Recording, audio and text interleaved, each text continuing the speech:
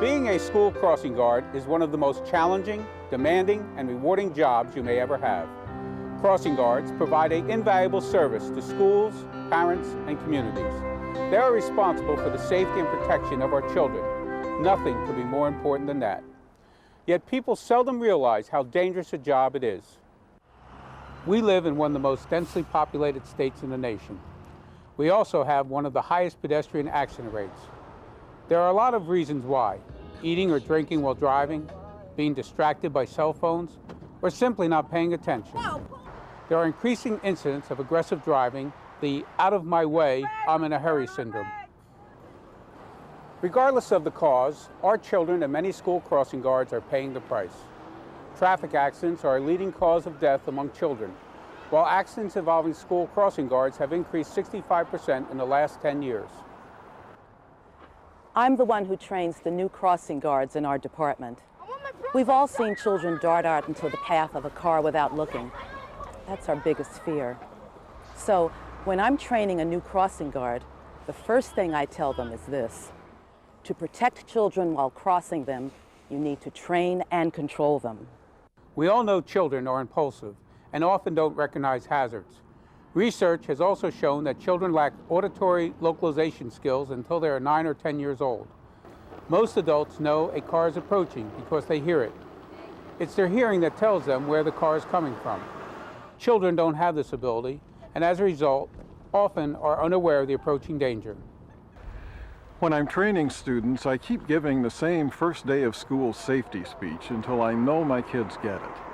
You're to stand on the sidewalk back from the curb until I tell you it's okay to cross. No horseplay. I don't care if the coast is clear or the light is green, you wait for me to tell you. You have to listen to me. I'm the one responsible for getting you across the street safely. The first day of school is always bedlam. They're excited, they want to just go. In order to establish what the guidelines are for your spot, for your post, you need to have consistency. You need to start right from the first day. Not only the children, but the parents need to be aware of what you plan on doing for the year. And you have to stick with it. You have to indoctrinate the children and make sure that they understand that you're there for their safety and to listen to you. I always have a talk with them on the very first day of school. I identify myself, tell them who I am and what my job is here, tell them how to cross, like they do not step off the curb until I verbally tell them. If you're having a problem with the child not paying attention to your instruction, you would need to address it with that child individually. We can talk as a group, but then every once in a while, you need a little one-on-one. There should be no kids crossing at any corner without a crossing guard crossing them. So it takes a little training first week to get them used to standing still, telling them, stay until I'm ready to cross you. And as it goes on, they're good, they're obedient. I only wish that the drivers were as easy to train. While you can never assume what a motorist is going to do, there are ways to considerably reduce the hazards. So my second rule is, make sure the drivers see you. The sad fact is that almost all motorists involved in accidents around schools didn't see the child or the crossing guard until just before the crash. Add to this cell phones, coffee mugs, and other distractions, and many motorists approaching your guard post might as well be blind. When it's raining, snow, they're crazy. People do not pay attention. They think it's just like it's a summer day out. So I make sure I have my sign, make sure they're fully stopped before I even cross a child. They do not cross. I have my cones put up so they see that they can't go on the shoulder. When you're stopping a vehicle, you need to take into consideration what the road conditions are, if there's ice, if it's slippery, if there are leaves on the ground, that all needs to be taken into consideration. So you would have to make sure that that car has enough time to stop. Driving patterns change when the weather's bad. And I've seen some spinouts, and that's the reason why you anticipate the fact that you stop the cars way before. Many towns are also installing more elaborate systems called traffic calming devices to alert and slow down drivers approaching school crossing zones. Talk to your supervisor if you believe that your guard post is especially hazardous. Another thing I tell new crossing guards is to never park their car too near their guard post. It creates a blind zone that makes it more difficult for motorists to see you and the children. Park your car in a safe, secure area nearby that doesn't block the crosswalk. I also tell them to use all of the high visibility equipment they're given. School crossing guard uniforms vary from community to community, but all crossing guards are issued a stop sign and reflective vest and other safety equipment. While crossing guards equipment is the same for each department, techniques vary according to the type of crosswalk and personal preferences. However, there are basic crosswalk safety procedures that are proven, and all crossing guards should practice them. The third safety rule for crossing guards is use hand signals for motorists and verbal signals for children. The stop sign is important to, of course, when you step out into the street to make it known to the drivers what your intent is to stop them. The whistle is important in that it does alert the driver. If the driver isn't concentrating, isn't paying attention, at least there's that audio. If you use your hand signals and the cars are stopped, they think that you're telling them to go. So you have to hold up the stop sign, hold up your hand to stop the cars, and talk to the kids verbally. This way there's no misconception that you're telling the cars to move. When large groups of students are leaving school, be sure to cross them in groups. Don't stop traffic unnecessarily. Traffic often has a natural flow. As you become more experienced with your crosswalk, you will get a better sense of when to stop traffic and when to let it go. Crossing guards should wait for an appropriate gap in traffic before attempting to cross pedestrians. You need that gap for your own safety as well as that of the children in your charge. You'll be the first one stepping out into harm's way. The crossing guard should stand at least one step back from the curb and have the students form a group. Verbally caution students to remain on their sidewalk until you give them permission to cross. Wait for a safe gap in traffic and carefully step into the crosswalk. Ensure all traffic has stopped and it is safe to proceed before moving to the center of the crosswalk. Upon entering the street, you should extend your arm above the shoulder at a 45-degree angle, hand extended, and palm toward the moving traffic to be stopped, and stand with shoulders parallel to traffic. Make eye contact with the driver. When you have established eye contact and believe the driver sees you, then you can leave the sidewalk. If eye contact has not been established, the driver may be distracted and has not seen you. Don't take that chance. Wait for another opportunity. Hold this position until all traffic is completely stopped. If you're using the whistle, give one long, hard blast along with the signal to stop. Do this even when there are no cars in the immediate area or when the traffic is light. These signals help alert drivers and get pedestrians' attention for the crossing. Once you've established that the traffic is stopped, give the verbal signal for the students to cross. It's important that you reserve verbal communication for pedestrians and students. Children can be confused by hand signals.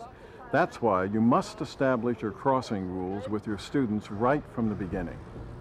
Once the children are safely across the street, you should return to your original position, but never step back into an unchecked lane of traffic. Allow the traffic to resume on its own. You're not there to direct traffic. You're there to safely cross pedestrians. You can never take anything for granted. Not the kids, not the drivers, not the lights. Kids don't always listen. Drivers get distracted, and people run lights all the time. I don't think that you can find a crossing guard that hasn't had a close call with a driver, unfortunately. I was almost hit twice my first year here 10 years ago. A young girl was coming here on Vaughn Avenue, and she was on a cell. She didn't see me. In time she got up here to the thing, she slammed on her brakes, and she almost got me. The crossing guard needs to always be alert to what's going on. As with any pedestrian, no one should be just walking out into the street without paying attention to what's going on around them. Therefore, my fourth rule is report all unsafe behavior. One problem crossing guards who are stationed near schools encounter are drivers dropping students off. The drivers are often parents or grandparents who are rushing to get the child to school and failing to obey parking or basic safe driving practices. You should never leave your guard post to confront a driver. If the driver is constantly causing a dangerous situation with their behavior, then you should write down their license plate number, the date, the time, and a description of the vehicle. along with the nature of the violation. You can submit a report to your supervisor. If I feel there's a situation that I can't handle, I'm just a crossing guard crossing kids and make sure they cross safely.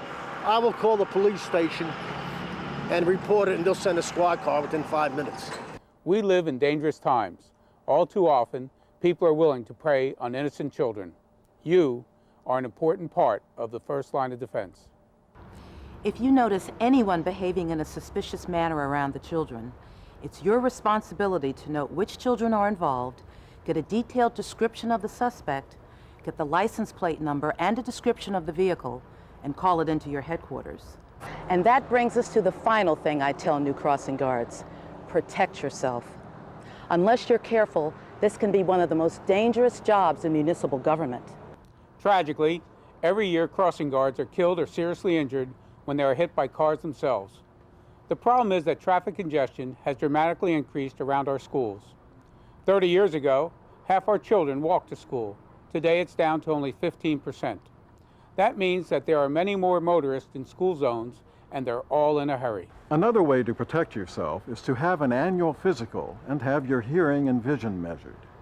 As we said earlier, the ability to discern an object coming towards you or going away from you is called auditory localization.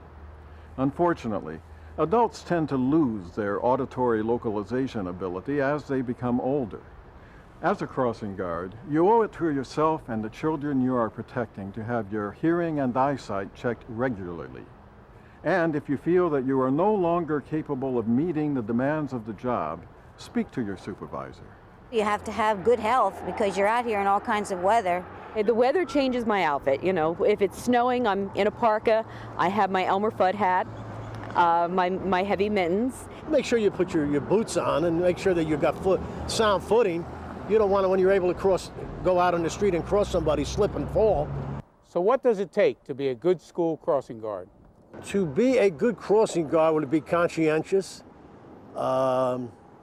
I would also think you would have to be always alert and ready to deal with any situation that happens. You need to be attentive. It's a job that needs to be taken seriously. There's a great amount of responsibility to it. And that's the most important thing, that you're in control of your situation out here on the street. You have to love this job. You have to love being able to come out in the weather, all kinds of weather, to be patient with the kids, and you know, just know your traffic safety. So, to repeat the 5 basic rules: to protect children, train and control them. Make sure motorists see you. Use hand signals for motorists and verbal signals for children. Report unsafe behavior and protect yourself. Crossing guards are responsible, dedicated professionals who love children and want to help keep them safe. The job is tough. But look at the benefits.